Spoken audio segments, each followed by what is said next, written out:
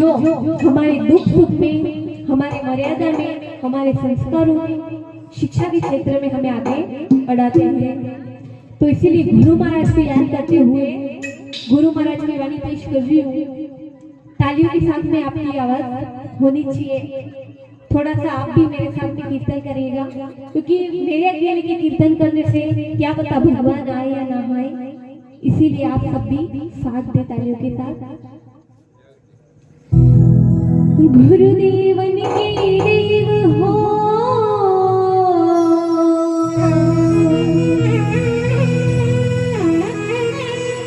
गुरुदेवन के देव हो,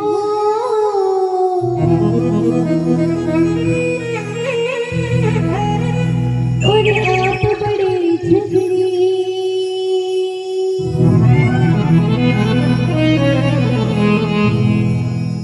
बेड़ी भवजल बीच में, ओ गुरु तारो विश्वामी।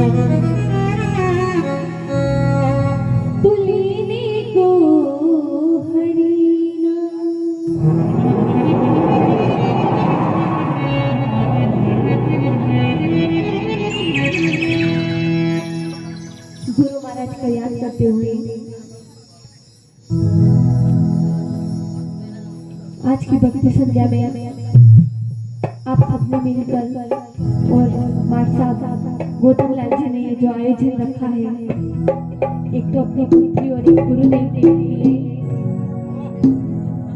गुरुदेव से बढ़कर कोई नहीं होता, और इनके भी गुरु बाबूजी लाल जी थे, और मेरे भी गुरु बाबूजी लाल जी हैं।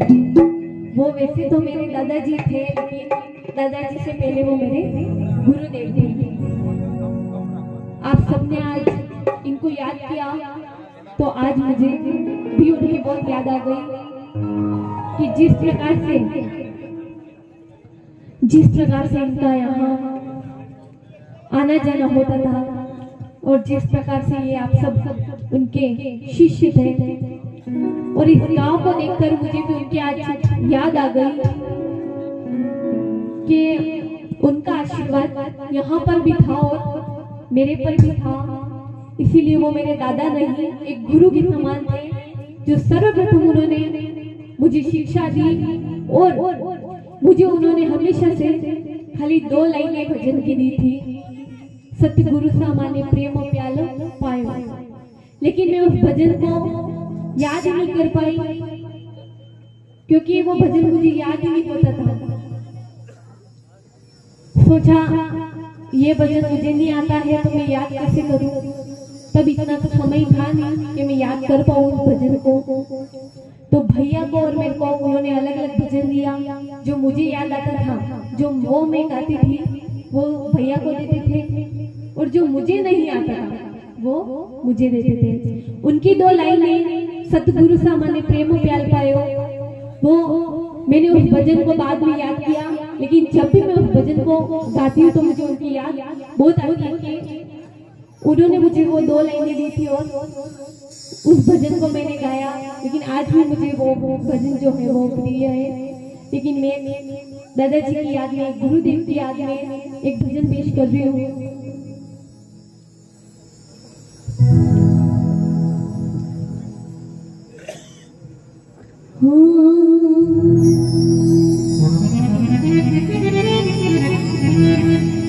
ओलियो आपरी आवे मारा सते गुरु, याद खड़ी आवे सा। ओलियो आपरी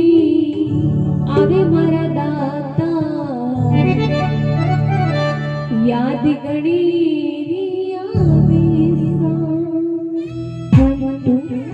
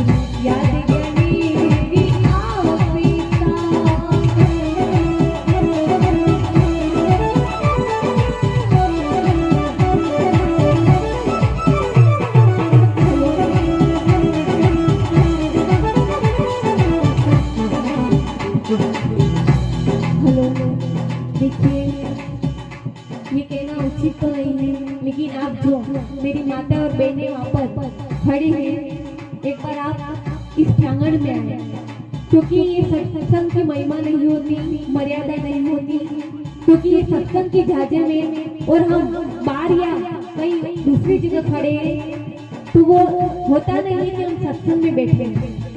क्योंकि आज का अवसर है सतगुरु साहब को याद करने का और इस आत्मा को श्रद्धांजलि देने का। तो आप एक बार नीचे आ जाए, क्योंकि रोज रोज आपको जागना नहीं पड़ेगा, आज का दिन है।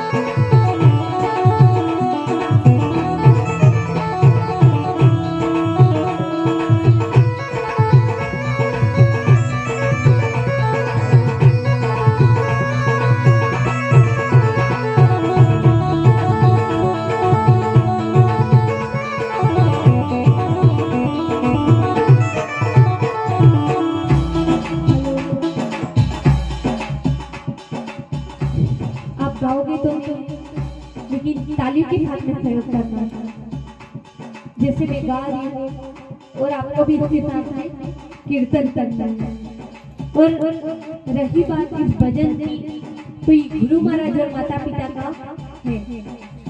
गुरु महाराज और माता पिता से बड़ा कोई नहीं है, वो भी मैंने आपको बता दिया। क्या है कोई माता पिता से बढ़कर और गुरु महाराज से बढ़कर? कोई नहीं, क्योंकि हर किसी को इस दुनिया में स्वार्थ रहता है, जमीन के लिए रहता है, आगे बढ़ने के लिए रहता है। लेकिन एक माता पिता और एक गुरुदेव ऐसे हैं जिनको किसी भी प्रकार का स्वार्थ नहीं रहता है।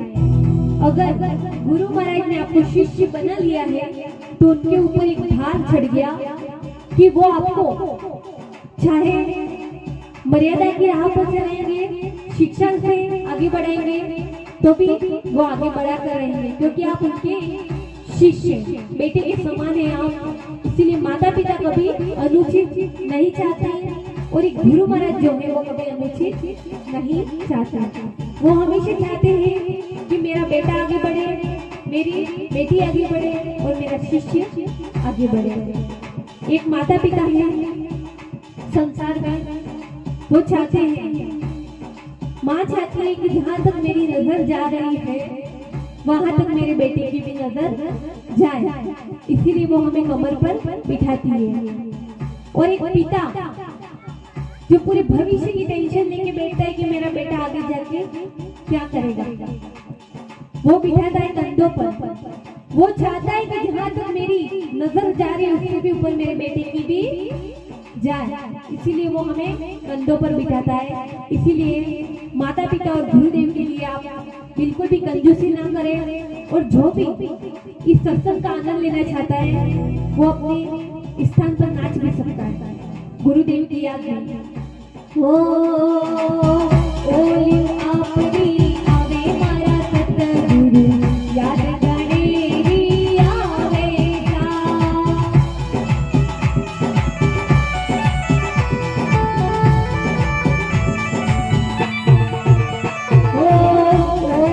आपनी आवे मारा सतगुरु याद गणेरी आवे सा।